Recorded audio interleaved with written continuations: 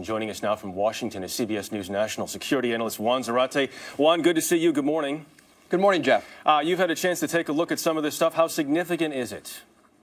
Well, it's significant in that it presents additional questions as to whether or not Pakistan, and in particular its intelligence services, was using this group, Harakat, as a front to then help bin Laden and to support him as he stayed in Abbottabad. But there is no smoking gun here, and it's not surprising that there are links between al-Qaeda and this Pakistan-based group. Those are links that are long-standing and, in fact, have grown over the last few years. So it's an important story, but I don't think it's the last bit of the story tying bin Laden to the Pakistani intelligence services. Yeah, so potentially more information coming out from what was recovered at that compound, Juan. Maybe we can talk more, as Wyatt talked about it, the relationship between the U.S. and Pakistan, which has been strained, to say the very least. Does this require another fence-mending visit from the Secretary of State over in Pakistan?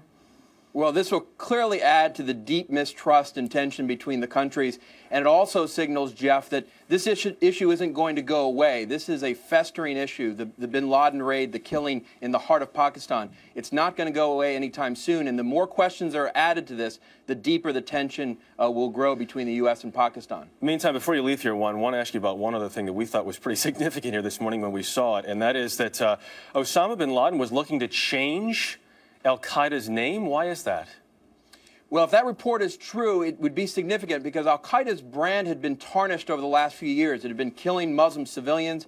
Its ventures in Iraq and elsewhere were not seen as legitimate. And it also describes the fact that al-Qaeda and bin Laden were worried about al-Qaeda's image. And its image has been hurting over the last few years. So if that report is true, that would be a further indication that al-Qaeda's image is hurt and that they were worried about it.